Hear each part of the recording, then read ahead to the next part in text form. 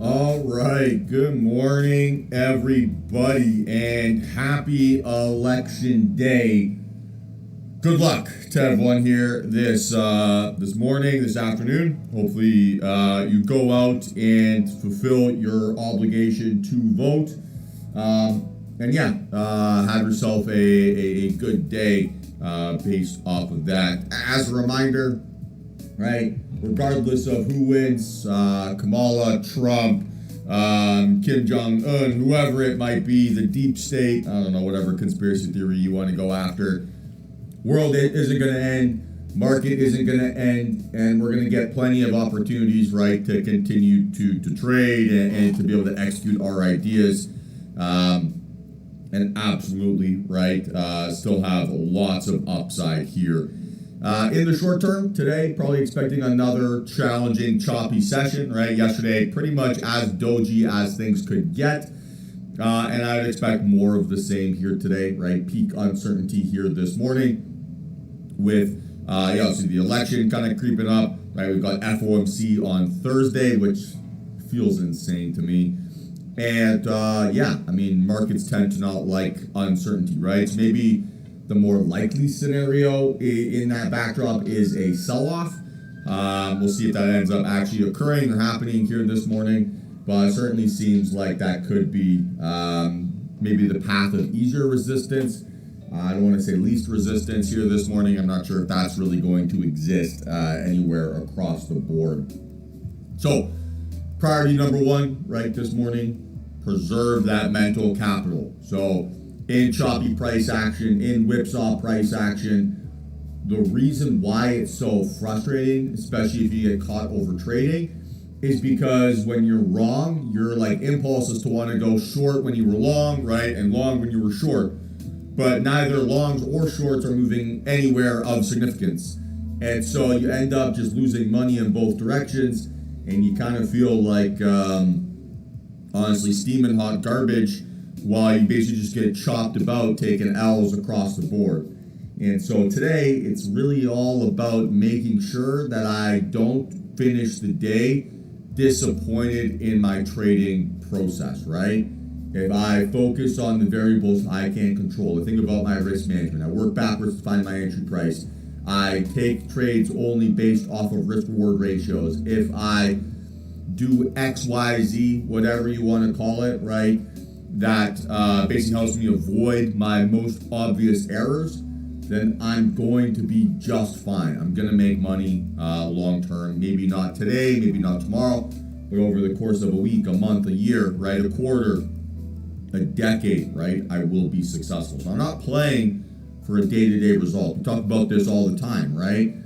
I'm not judging myself based on yesterday's P&L, based on today's P&L, based on tomorrow's P&L. That is a trap. All that does is it hides from me the errors that I actually need to fix and focus if I want to be successful. And the reality, right, with every single one of you here inside this room is that you aren't missing the technical skills to be able to be profitable traders. You're missing the self-belief, right? You're missing the mental skills. You're missing the ability to control yourself from going on tilt. And so your emphasis, right, the way that you want to judge wins and losses aren't based on your P&L.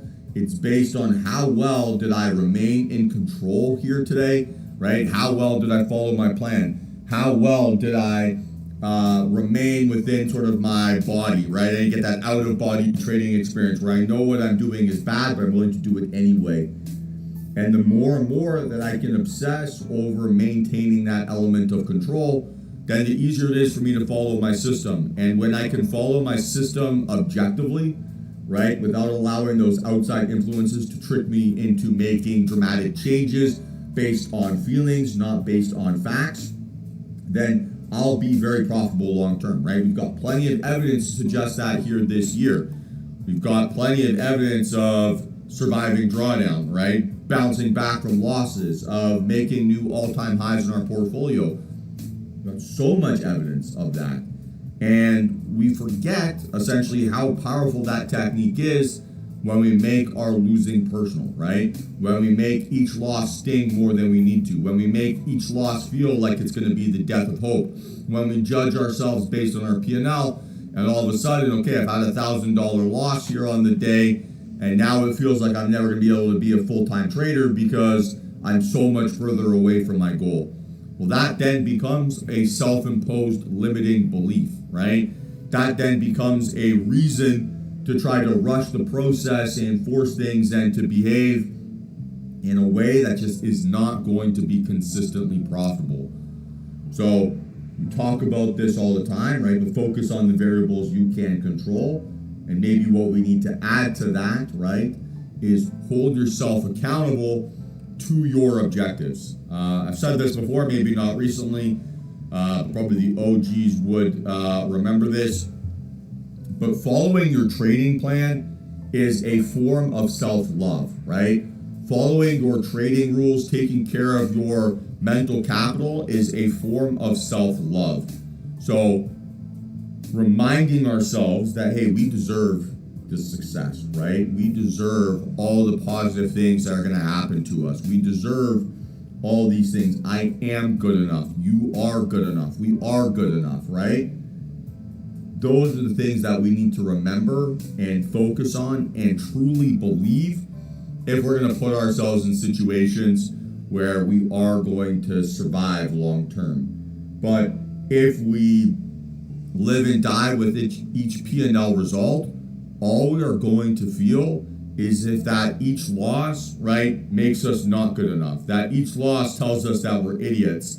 That each win tells us that we're geniuses. That each win tells us that our crap don't stink, right? And the less and less we can put any stock into those impulsive feelings and those intrusive thoughts, the easier it is for us to be profitable traders. So the challenge I would put to everyone here this morning is get off of that P&L roller coaster, right? Stop judging yourself based on the balance of your P&L. It's not the reality. That is not who you are as an individual. And the more and more you obsess about that number, the more and more you're going to skip steps to get there. And when you start to skip steps, all you do is elongate your learning curve, and you put yourself in situations where it is inevitable that you will lose and lose everything, right? You'll blow up all your accounts. You'll blow your account. You'll lose access to all your prop firm trading accounts. And it's all because you've been unwilling to choose what your gratification is. So successful trading starts with a level of self-acceptance and a commitment that you aren't going to judge yourself on the quality of your P&L, at least not on a day-to-day basis. You're going to judge yourself on the quality of your decisions on a day-to-day basis. And the more and more we focus on making good decisions, the more and more our P&L just takes care of itself, right? I've said this a million times, and I'll say it a million times again. My win rate on the year is like 65%. That means I'm going to spend a lot of time losing, right? I'm going to have a lot of red days. I'm going to have a lot of red trades. I'm going to have a lot of opportunities where I can make myself feel like an idiot. And none of those are the reality. But in the moment, if I give them power over me, then it makes me feel as if it's the death of hope, right? And then I get desperate, then try to rush things and force things. So time to get off that roller coaster here, team. Focus on creating the future that you want, having the good reaction, accepting that things will sting, and don't make it personal. So with that being said, happy Election Tuesday. Let's have ourselves a fantastic trading day, and let's start mapping things out here and figure out what we want to do here this morning. So good morning, Stephen, Cordell, Rain, Jeff.